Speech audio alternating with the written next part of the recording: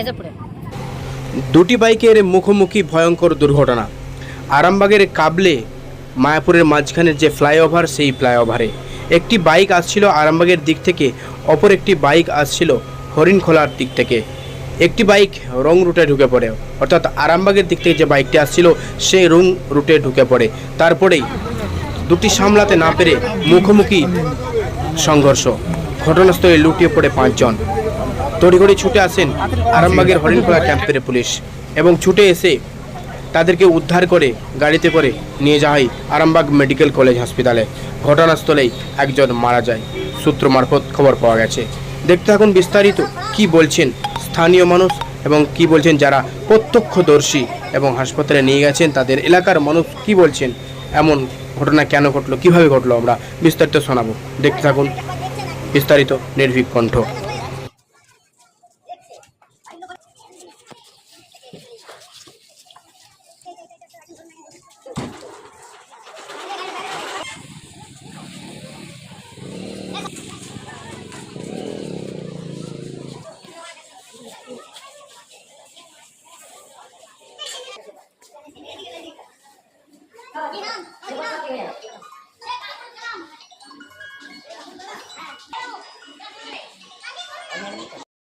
কি হয়েছে ঘটনাটা বলতে এফজেড বাইকটা ঠিক আছে এই মায়াপুরের দিক থেকে আসছিল অফ সাইডে, আর লাল বাই অ্যাপাচিটাও ঠিকই আসছিল, ঠিক আছে। দোষটা পুরোপুরি এফজেড গাড়ি, পুরো দুজনে এখানটা পুরো গাড়ি 90-95 স্পিড ছিল দুটো গাড়ি।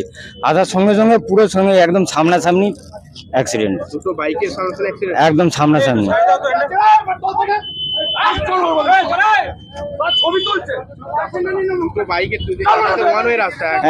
অফ সাইডে এই গাড়িটা আসছিল, অফ সাইডে সাদা গাড়িটা আরামবাগ। আমি ওদের পিছনে আসছিলাম মায়াপুর থেকে।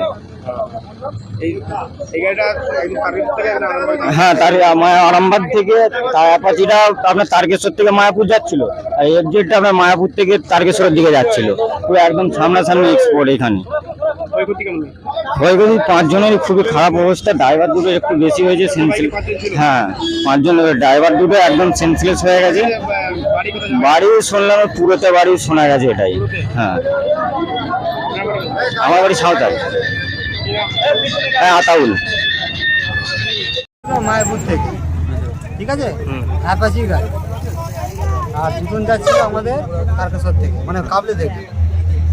এই যে যিনি মারা গেছেন উনি বেলাইনে চলে এসছেন। এসব আমি করেছিল হয়তো, আমার ঠিক জানা নেই, আমি সত্যি কথা বলি আমার ঠিক জানা নেই। আমি ছাগল চলেছিলাম, ঠিক আছে। হঠাৎ একটা ধুম করে আওয়াজ হলো, আমি সমস্যা গেলাম এই জায়গাটা এলাম। এসে দেখলাম যে 3 জন পড়ে আছে, একজন মানে পায়েতে এরকম মানে উঠে যায়, মানে জলে সুস্থতা করছে আর।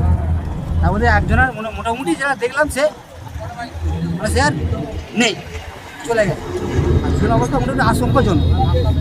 আর আমরা নিয়ে গেলে মানে হয়তো বর্ধমান কি কলকাতা ট্রান্সফার করতেও পারে, তাও অনুমানিক, ডাক্তার নয় তবু অনুমানিক।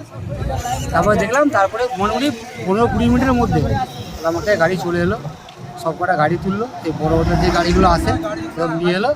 মোটামুটি এখান থেকে 1 না 2 জন মানে সাইড হয়ে গেল, এটা মানে এই দিক থেকে এটা মেরেছে, একজন সাইড হয়ে গেল। আর 3 জনকে আর আমাকে নিয়ে গেছে আমার চোখের সামনে। একজনের মোটামুটি যেটা দেখুন হাতে পায়ে জল ফল দিয়ে সে প্রায় সে আর নেই, আর 2 জনের অবস্থা মোটামুটি আর আশঙ্কাজনক। ঘটনাটা হয়েছে কি, আমাদের যে মায়াপুর ওভারব্রিজটা আছে ওখানে মোটরসাইকেলে মানে সামনে সংঘর্ষ হয়েছে।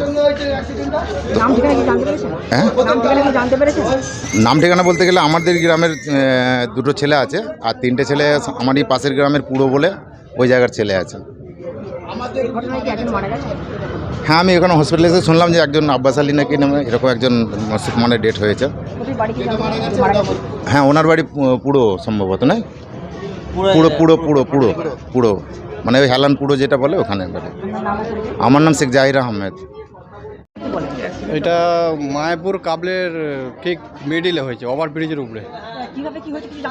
আমি হাট গেছিলাম, তো আসবার সময় দেখলাম যে এরকম দ্বারা অ্যাক্সিডেন্ট হয়েছে। তো অ্যাক্সিডেন্ট হওয়ার পর আমি গেলাম বাইক থেকে, আমি একজনের বাইকে চেপে গিয়েছিলাম। তো বাইক থেকে নেমে দেখি যে আমারই একজন রিলেটিভ, আমার ভাই হয়, তো পাড়া সম্পর্কে ছেলেও আছে।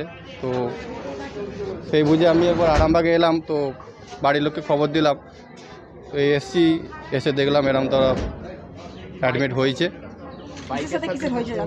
বাইকে দুটোই বাইক, এবার কি করে হয়েছে সেটা বলা মুশকিলের ব্যাপার। এবার একই রাস্তায় ওয়ান হাইওয়েতেই দুটো হয়েছে, হয়তো ওভারটেক করতে করতে হয়তো ডিসব্যালেন্স হয়ে গেছে, ওই দিয়ে একটা অঘটনটা ঘটেছে হয়তো। কজন ছিল বাইকে কজন ছিল বলতে ওদেরটাই কজন ছিল জানি না, তো 3 জন ছিল, তো আমাদের পাড়ার 2 জন ছিল বাইকে, একটা বাইকে 2 জন। একজন কি মারা গেছে? একজন মারা গেছে, 3 জন যে বাইকে ছিল একজন মারা গেছে। 3 জন যেই বাইকটাই ছিল, তো একজন ডেড হয়ে গেছে। নাম জানতে পেরেছেন? তো আমি জানি না ভাই, ওটা ওদের বাড়ি কোথায় আমি জানি না। কোথায় বাড়ি? শুনলাম নাকি না না, আমাদের বাড়িটা বলো। আমাদের বাড়ি হঠাৎ শাহবাগ গ্রাম। যে আপনার বন্ধু আছেন বলে। হ্যাঁ, ও শাহবাগ গ্রামই বাড়ি। কি হয় আপনার? আমার ভাই হয়। আমার নাম্বার? আমার নাম শেখ গিয়াসউদ্দিন।